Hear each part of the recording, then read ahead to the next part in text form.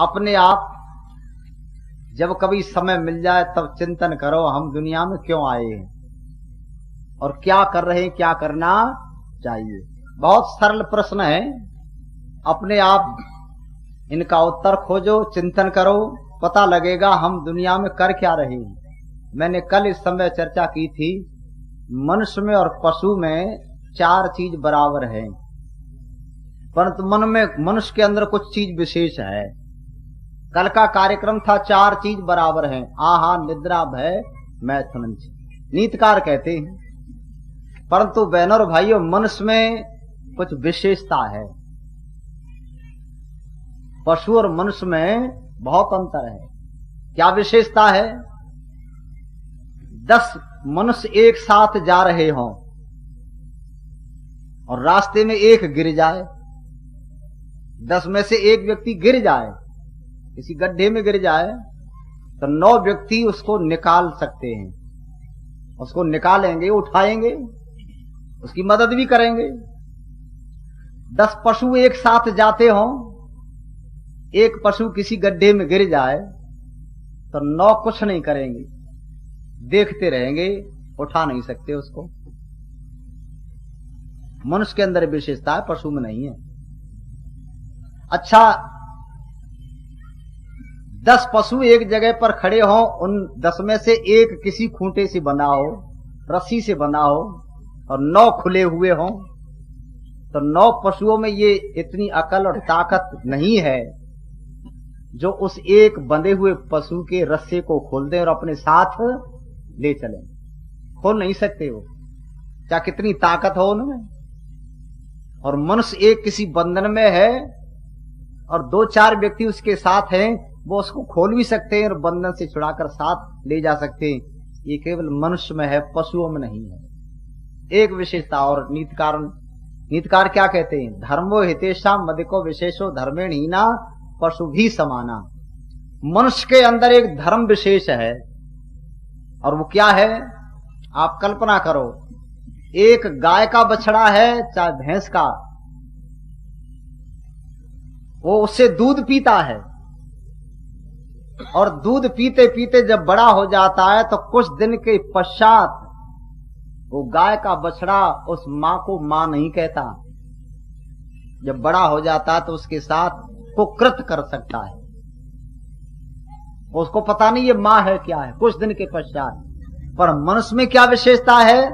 इस मनुष्य की बहुत गलत घटना आपने अखबारों में पढ़ी होंगी और सुनते रहते होंगे, पर कोई ऐसी घटना न पढ़ी होगी मां की और पुत्र की कोई गलत भावना, मां की और पुत्र की। ये जितना बड़ा हो वो अपनी मां को मां ही समझता है।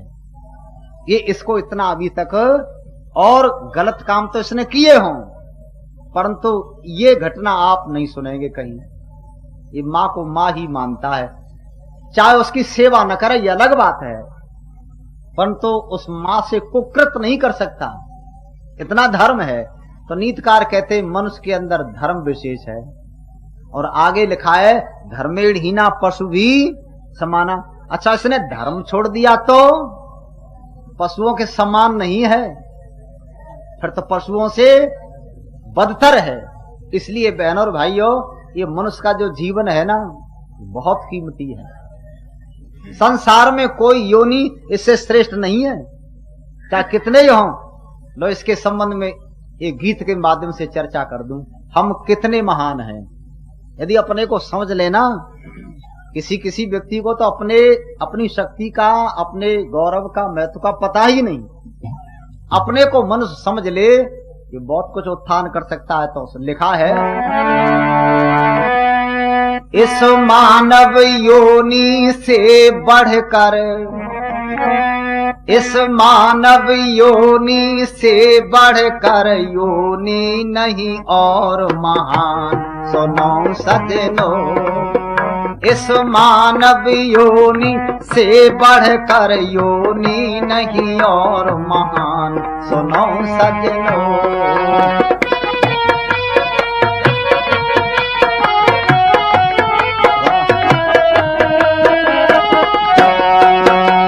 प्राणी जितने जग भर में, धरती अथवा अंबर में, प्राणी जितने जग भर में, धरती अथवा अंबर में, लेकिन वह सब के सब देखो है मानव के चक्कर में।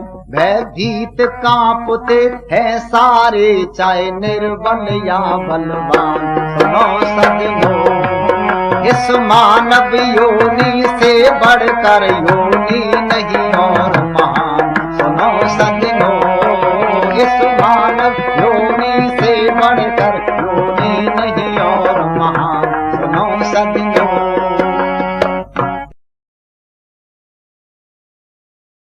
एक चिंतन करो, प्राणी जितने जग भर में, धरती अथवा अंबर में, जितने प्राणी दिखाई देते हैं आपको, वो सब जितने हैं वो मनुष्य भयभीत हैं। क्यों भयभीत हैं? देखो, मनुष्य आकार में हाथी बड़ा है, बहुत बड़ा है। और कितना बड़ा है? एक हाथी में से मेरे जैसे मनुष्य बनाए जाएं तो शायद 20 बन जाएंगे, इतना तो आकार में बड़ा है। और ताकत कितनी रखता है? एक तरफ हाथी के शरीर में रस्सा बांध दो और एक तरफ 20-25 आदमियों के हाथ में पकड़ा दो तो 20-25 आदमियों को वो खींच ले जाएगा, इतनी ताकत भी रखता है। आकार में बड़ा और ताकत में बड़ा। अच्छा, एक तराजू में हाथी को रख दो, एक तरफ 20-25 आदमी बिठा दो, वजन में बड़ा है, वजन में ज्यादा है, तीनों बात में, और आकार में बड़ा है ही। परंतु बहनों और भाइयों, इतने बड़े हाथी के ऊपर एक छोटा सा आदमी बैठ गया। आदमी बहुत छोटा है, हाथी बड़ा है, और आदमी के हाथ में न तो बंदूक है न तलवार है, एक अंकुश है। इसकी अंकुश हाथ में लेकर के हाथी को नचा रहा है। बहुत बड़ा हाथी कांप रहा है, और आदमी क्या कहता है हाथी से? यहां पैर रख, वहीं पैर रख देता है। हाथी से कहता बैठ, बैठ जाता है। उसे कहता खड़ा हो और दौड़, तो हाथी दौड़ता है। हाथी बहुत बड़ा, आदमी छोटा है। अच्छा, हाथी को अकल आ जाए, उसको पता लग जाए जो ऊपर बैठा ना छोटा सा जंतु है, तो हाथी पकड़ करके इसको अंकुश समेत पकड़ करके जमीन में रख दे, और 4 पांव नहीं रखे, एक ही पांव रख दे जम करके, तो इसकी चटनी बना दे। एक पांव रख दे तो इसकी हड्डी पसली तोड़ दे। परंतु हाथी घबराता है। क्यों घबराता है? वो जानता है मेरी खोपड़ी बड़ी है और इससे अकल बड़ी नहीं है। इसकी खोपड़ी छोटी है पर इसके पास अकल ज्यादा। मैं इसको छेड़ दूंगा तो है तो छोटा, पर मेरी बिरादरी के जितने सबकी नाक में दम कर देगा। ये इतनी अकल रखता है। इस आदमी ने हाथी को नचा दिया है। और एक जानवर हाथी को मार देता है, जिसको आप शेर कहते, सिंह कहते। इस आदमी ने शेर को भी पकड़ लिया। और आपने कभी सर्कस देखा हो तो सर्कस में कई शेर चारों तरफ खड़े और बीच में एक आदमी दुबला पतला खड़ा है। जो आदमी बीच में खड़ा है वो दारा सिंह थोड़ा है कोई। धक्का मारो 3 जगह गिरे वो, पर उसके हाथ में कोड़ा लगा हुआ है और चारों तरफ शेर खड़े। और आदमी हाथ उठा करके शेर से कहता है साइकिल के पेडल पर पैर रख दे, तो शेर वहीं पांव रख देता है। और कई है, वो एक नहीं है। अच्छा, उनको कोई अकल देख, एक शेर में ये कोड़ा मारेगा तब तक पीछे वाला शेर उछल करके 5 मिनट में आदमी की दम निकाल देगा। 5 मिनट नहीं लगेंगे। एक में मारे तब तक इतना छल है, दूसरा इसकी गर्दन को पकड़ के मार सकता है। पर वो कई शेर घबरा रहे। क्यों घबराते? इसके पास अकल ज्यादा है। छल हमारे पास है पर अकल इसके पास ज्यादा है। तो दुनिया में जितने प्राणी हैं मनुष्य से ज्यादा बुद्धिमान नहीं है। अच्छा, इसने शेर को नहीं, इसने रीछ को नचा दिया, बंदर को नचाया, सर्प को पकड़ करके दांत तोड़ दिए, विष से विहीन कर दिया। जब सबको नचाया, घोड़े के ऊपर सवारी कर ली, हाथी पर बैठ गया, गधे को अपने काबू में कर लिया, तो ऊंट ने भगवान के यहां एप्लीकेशन दी, मुझे बचा। तो क्यों? एक छोटा सा जंतु है, वो सबके ऊपर बैठ गया और सबको नचा रहा है। तो कहा मैं क्या करूं कि मेरी पीठ को ऐसी बना दे जो बैठने के लायक नहीं रहे। तो भगवान ने ऊंट की पीठ के ऊपर एक महादेव बाबा सा रख दिया, टीला सा। तो जा, अब कोई तेरे ऊपर नहीं बैठेगा, तो बैठने के लायक पीठ ही नहीं। ऊंट आया, पत्तियां खाता था, पानी पीता, जंगल में घूमता, नुकसान करता। लोगों ने कहा ये तो बहुत नुकसान करता और कोई काम का है नहीं। तो किसी ने कहा ना, ऊंट से किसी ने पूछा तेरी गर्दन में क्यों खम है? खम माने टेढ़। ऊंट से किसी ने पूछा ऊंट तेरी गर्दन में क्यों खम है? तो ऊंट कहने लगा मेरा और हिस्सा कौन सा कम है, जहां से देखो वहीं से टेढ़ा है। तो एक आदमी कहने लगा ये तो कोई काम का नहीं, इससे काम कैसे ले सकते। पर एक चतुर आदमी बैठा था, आदमी बहुत बुद्धिमान है। उसने कहा इससे भी काम ले सकते हैं। कहा कैसे बैठेंगे, पीठ पर तो जगह नहीं। तो उसने कहा मैं ऐसी एक युक्ति से काम लेता हूं, इसका जो टीला है वो बीच में कर दूंगा, लकड़ी की काठी बना करके उसके ऊपर फिट की, वो टीला बीच में हो गया, एक बैठे आगे और एक बैठे। जब दो आदमी ऊंट के ऊपर बैठ गए तो ऊंट को स्टार्ट किया, तो उसने हॉर्न बजाया, बोलता है ना जोर से, मैंने तो एप्लीकेशन दी, एक भी ना बैठे, ये तो दो बैठ गए। भगवान कहने लगे बहुत बुद्धिमान है तू, ये मत समझ मैं ही सब कुछ हूं। इससे बढ़कर के बुद्धिमान धरती पर कोई प्राणी नहीं है। इसलिए बहनों और भाइयों, जितने बड़े बड़े विद्वान दार्शनिक साधु सन्यासी क्या कहते हैं, हमको अगला जन्म मिले तो किसका मिले? मनुष्य का मिले। कोई आदमी दूसरी योनि में जाना नहीं चाहता, चाहे कितनी बढ़िया हो। हमारे आगरा के एक विद्वान बता रहे कि मैं एक लड़की को पढ़ाने के लिए जब जाता था ट्यूशन, तो वो धनवान आदमी था, मैं अपनी साइकिल पर जाता था। उसके घर जब पहुंचा तो उसके घर में एक कुत्ता पाल रखा था और सर्दी का समय था।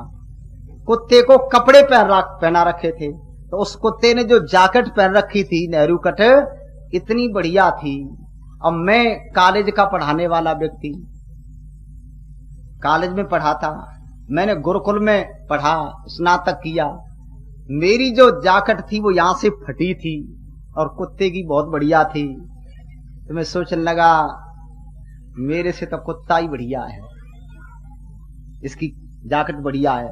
फिर मैंने देखा कुत्ता जिस पलंग पर सोता था, जिस गद्दे पर सोता, तो वो कहने लगे ऐसा गद्दा मैं जिंदगी में कभी खरीद नहीं सकता। तो मैंने विचार किया, ऐ शास्त्री, ये प्रार्थना कर अगले जन्म में कुत्ता ही बन जा, ये बहुत बढ़िया रहेगा। पर बहनों और भाइयों, कोई आदमी प्रार्थना नहीं करता भगवान हमको अगले जन्म में, प्रार्थना क्या करते, मनुष्य का जन्म मिले। अब लोग गोवर्धन में परिक्रमा दे रहे हैं। हमारे मथुरा के पास गोवर्धन है, उसकी परिक्रमा दे रहे, 7 कोस की परिक्रमा है गोवर्धन की। तो उसमें क्या करते हैं, लेट करके परिक्रमा देते हैं। कुछ आदमी तो पैदल चल के और कुछ लेट करके। जो लेट करके परिक्रमा देते हैं उनसे कहो तुम लेट करके क्यों चलते हो? आजकल दुनिया तो दौड़ रही है, कोई मोटरसाइकिल पे जा रहा है, हीरो होंडा पे, दुनिया पैरों से चलती, तुम पेट से चल रहे हो आज के जमाने में। तो पैरों से चलो ना, लेट करके परिक्रमा देते। क्यों देते हो? तो क्या कहते हैं, हम सर्प की योनि को छुटा रहे हैं। क्या मतलब? अगले जन्म में हम सर्प नहीं बने, इसलिए लेट करके परिक्रमा देते हैं। इससे जो परिक्रमा देगा वो सर्प नहीं बनेगा। हमने कहा बहुत बड़ी गलती करते हो, तो सर्प बन जाओ, बहुत बढ़िया रहोगे। न तो सीमेंट खरीदना पड़े, न ईंट खरीदनी पड़े, न मकान बनाना पड़े। सर्प को जिसका बिल मिल जाए उसी के बिल में घुस जाता है, और जिधर निकल पड़े भगदड़ मच जाती। तो सर्प क्यों नहीं बनते? चाहे कुछ भी हो पर सर्प बनना नहीं चाहते। बहनों और भाइयों, सबसे श्रेष्ठ योनि दुनिया में है तो कौन है? मनुष्य की है। और इस योनि को प्राप्त करके जिस आदमी ने जीवन व्यर्थ गमा दिया, धर्म कर्म को नहीं समझा, वो तो बेकार आया है। वो क्या कहते, पृथ्वी पर भार लिखा है ना, मनस रूपेण मृगास चरंती, वो धरती पर भार है, केवल खाता ही पीता रहता है और कुछ उत्थान नहीं करता है। उस मनुष्य का जीवन बेकार है। बहनों और भाइयों, मन जीवन बहुत कीमती है। आगे की लाइन सुनो, यंत्र विचित्र बनाए हैं, नभ में यान उड़ाए हैं,